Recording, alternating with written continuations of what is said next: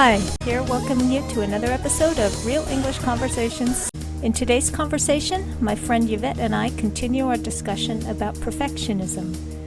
The main focus of this part of the conversation is how perfectionist tendencies can cause problems in foreign language learning, particularly for adult learners. Another thing that comes up is a couple of usage differences between British and American English. So without further ado, here's the conversation. No. But speaking about correction, it's kind of interesting when you think about learning a language as an adult, how perfectionism and having demands on yourself when it comes to performing. Yeah. I think that's one of the biggest differences between learning a language as an adult and then picking one up as a child. Yeah, I remember when I was in university at the very beginning, in the first year, I spoke British English with a British English accent, and I was studying American English or American studies, and I had a lot of American-speaking professors who I thought it was really odd to be, using British language to talk to an American professor. So I switched to American English, which was really frowned upon because it was not the proper language. And everything that you did, every word you used, you had to think, is this the proper American word or is it a Britishism? Because you were punished much more severely for using Britishisms as an American speaker than if you were a British speaker using American words. It was really weird. Yeah, there's this kind of weird, at least in some classroom contexts, there's this weird elitism when it comes to British English and American English. And there's these weird synthetic rules about what you're allowed to say and what's acceptable and what isn't. Right. And, native speakers out in the world, they mix and match as they see fit. You're right.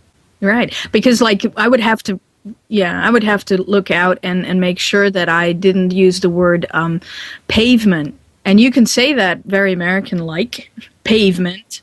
And then they would be like, no, it's sidewalk. So you're wrong. And it's like, oh, you know what I mean, though. I know that I got punished for that. And there were other things like 10 after 6 or 10 past 6. If you say something like 10 past 6 in American voice, it's really wrong because you have to say 10 after 6, which is something I didn't even know until I was corrected. And it's like, oops, I didn't know there was a difference. Well, speaking as an American, I would say that's something I didn't even know. There you go. So, but then you get to the perfection level. I mean, then you want to be absolutely correct.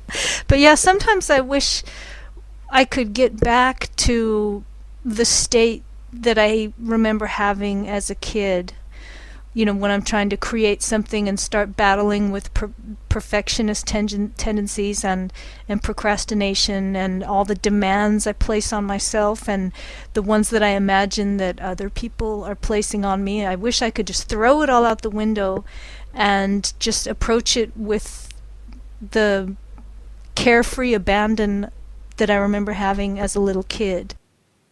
The thing, of course, is when you work and you make money doing things and people expect a certain standard of you and you try to hold to that standard, but often that standard is in your own head and it's not even what they're expecting you to do. So you end up doing a lot more work for something that is really not worth the money that you get paid for it. There is that as well. On top of that. Yeah, it's a... But, as a kid, I think I was already quite perfectionist in everything. Everything had to be perfect. Everything had to be done properly. And I felt like I was going to get punished if I didn't. So that, not to say anything bad about my parents, but because I don't think they ever held me to that standard. They always said, do your best and that's good enough. But for me, it had to be perfect. And then it's maybe okay. Yeah, but even so, I can still remember approaching new things and just being willing to just try new things that I knew I was going to suck at, because there's no way you can be good at something right at the very beginning. And it just didn't matter. You were willing to give it a go anyway. And now I really sympathize with the people, my students that I used to have when I taught English, my adult students, how how horrible it can be to sit in a group and you know you need to try to speak the language, but you know you're going to make mistakes and you know it's not going to be right, but you have to force yourself to try anyway. And it's, I think, yeah, for people like me anyway, it's really hard to force yourself to do that. Well, yeah, it is. It is about letting go of the judgment that other people are going to have. When I went to the United States for the first time, and I felt really kind of embarrassed about speaking English, people were very surprised that you were able to even speak the language and understand what they were saying, because they had no idea what you were saying if you spoke Dutch. I mean, they were like, I could switch to Dutch, and then people be like, oh, I don't know, that sounds really strange and odd. And so that kind of helped me along at the time, because I knew that my what I could do or how I could speak was better than what they could speak my language. And they very often would say, well, you speak better English than I do. And I thought, oh, I don't think so. Yeah. Well, your English is fantastic, as you know, as I've often told you. But even most Americans, they're just amazed that anyone can speak a language other than their own, because even though I think most of us do study a foreign language in high school, oftentimes it never gets past the classroom level, where the school level, where really you can do okay on written tests, but you can't really have a conversation. Yeah, and that's the thing, and it's also other little phrases and that people use all the time when they speak, which is probably what this is all about. It's just speaking and listening to people just talking normal phrases instead of these textbook phrases that nobody understands anyway. Yeah, definitely, or that are just.